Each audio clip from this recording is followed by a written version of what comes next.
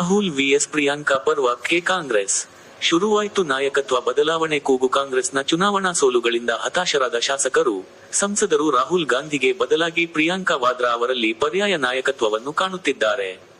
ಮಹಾರಾಷ್ಟ್ರ, ಹರಿಯಾಣ, ದಿಲ್ಲಿಯ ನಾಯಕರು ಪ್ರಿಯಾಂಕಾ ಅವರನ್ನು ಎಸಿಸಿ ಅಧ್ಯಕ್ಷೆಯನ್ನಾಗಿ ಮಾಡಲು ಒತ್ತಡ ಹೇರುತ್ತಿದ್ದಾರೆ.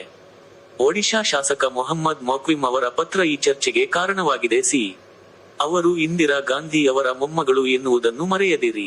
ಪ್ರಿಯಾಂಕಾ ಗಾಂಧಿ ಅವರು ವಂದೇ ಮಾತರಂ ಬಗೆಗಿನ ಚರ್ಚೆ ವೇಳೆಯೂ ತಮ್ಮ ವಿಶಿಷ್ಟ ವಾಗ್ದಾಳಿ ಮೂಲಕ ಪ್ರತಿಪಕ್ಷಗಳ ನಾಯಕರ ಮನಗೆದ್ದರು. ಪಕ್ಷದ ಸಂಘಟನೆ ಹಾಗೂ ನಾಯಕತ್ವಕ್ಕೆ ಇನ್ನು ಪ್ರಿಯಾಂಕಾ ಪ್ರವೇಶಿಸಲು ಇದು ಸಕಾಲ. ಬೆಂಗಳೂರು: ರಾಹುಲ್ ಗಾಂಧಿ ಅವರ ನೇತೃತ್ವದಲ್ಲಿ ಕಾಂಗ್ರೆಸ್ ಎದುರಿಸಿದ ಸಾಲು ಚುನಾವಣಾ ಸೋಲುಗಳಿಂದ ಕಾಂಗ್ರೆಸ್ನ ಬಹುತೇಕ ಶಾಸಕರು, ಸಂಸದರು ಹತಾಶರಾಗಿದ್ದಾರೆ. ಅವರಿಗೆ ಪರ್ಯಾಯ ನಾಯಕತ್ವವು ರಾಹುಲ್ ಸೋದರಿ ಪ್ರಿಯಾಂಕಾ ವಾದ್ರಾ ಅವರಲ್ಲಿ ಗೋಚರವಾಗುತ್ತಿದೆ. ಈ ನಿಟ್ಟಿನಲ್ಲಿ ಕಾಂಗ್ರೆಸ್ ಪಾಳೆಯದಲ್ಲೇ ರಾಹುಲ್ ಹಠಾವೋ, ಪ್ರಿಯಾಂಕಾ ಬಿಠಾವೋ ಎಂಬ ಸದ್ದು ನಿಧಾನವಾಗಿ ಕೇಳಿಬರುತ್ತಿದೆ. ಮಹಾರಾಷ್ಟ್ರ, ಹರಿಯಾಣ, ದಿಲ್ಲಿಯ ಕಾಂಗ್ರೆಸ್ ನಾಯಕರು ಬಹಿರಂಗವಾಗಿಯೇ ಎಸಿಸಿ ಅಧ್ಯಕ್ಷೆಯಾಗಿ ಪ್ರಿಯಾಂಕಾ ವಾದ್ರಾ ಅವರನ್ನು ಆಯ್ಕೆ ಮಾಡಲು ಹೈಕಮಾಂಡ್ ಮೇಲೆ ಒತ್ತಡ ಹೇರುವ ಪ್ರಕ್ರಿಯೆ ಶುರು ಮಾಡಿದ್ದಾರೆ. ಈ ಬೆಳವಣಿಗೆ ಮುಖ್ಯವಾಹಿನಿಯ ಚರ್ಚೆಗೆ ಬರಲು ಕಾರಣ ಒಡಿಶಾದ ಹಿರಿಯ ಕಾಂಗ್ರೆಸ್ ಶಾಸಕ ಮೊಹಮ್ಮದ್ ಮೊಕ್ವಿಮ್ ಅವರು ಇತ್ತೀಚೆಗೆ ಸೋನಿಯಾ ಗಾಂಧಿ ಅವರಿಗೆ ಬರೆದಿರುವ ಪತ್ರವಾಗಿದೆ.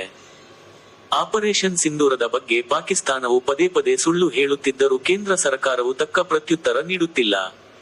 ಬಾಂಗ್ಲಾದೇಶದಲ್ಲಿ ಹಿಂದೂಗಳ ಮೇಲಿನ ದೌರ್ಜನ್ಯ ತಡೆಗೆ ಖಡಕ್ ಕ್ರಮ ತೆಗೆದುಕೊಳ್ಳುತ್ತಿಲ್ಲ ಎನ್ನುವುದು ಮಸೂದ್ ಹೇಳಿಕೆಯಲ್ಲಿ ಮೇಲ್ನೋಟಕ್ಕೆ ಕಂಡುಬರುತ್ತದೆ. ಆದರೆ ಒಳಾರ್ಥದಲ್ಲಿ ಮಸೂದ್ ಕುಟುಕಿದ್ದು ಲೋಕಸಭೆಯಲ್ಲಿ ಪ್ರತಿಪಕ್ಷ ನಾಯಕರಾಗಿರುವ ರಾಹುಲ್ ಗಾಂಧಿ ಅವರನ್ನೇ ಎನ್ನುವುದು ಗಮನಾರ್ಹ. ಮೇಲಿನ ವಿಷಯಗಳನ್ನು ಪ್ರಸ್ತಾಪಿಸದೆಯೇ ತಮ್ಮ ಹಳೆಯ ಮತಚೋರಿ ಆರೋಪಕ್ಕೆ ನೇತು ಬಿದ್ದಿದ್ದು ರಾಹುಲ್ ನಾಯಕತ್ವದ ವೈಫಲ್ಯಕ್ಕೆ ಹಿಡಿದ ಕನ್ನಡಿ ಎಂಬ ಸಂದೇಶವನ್ನು ಮಸೂದ್ ಕಾಂಗ್ರೆಸ್ ಪಾಳೆಯದಲ್ಲೇ ರವಾನಿಸಿದ್ದು ಗಮನಾರ್ಹ.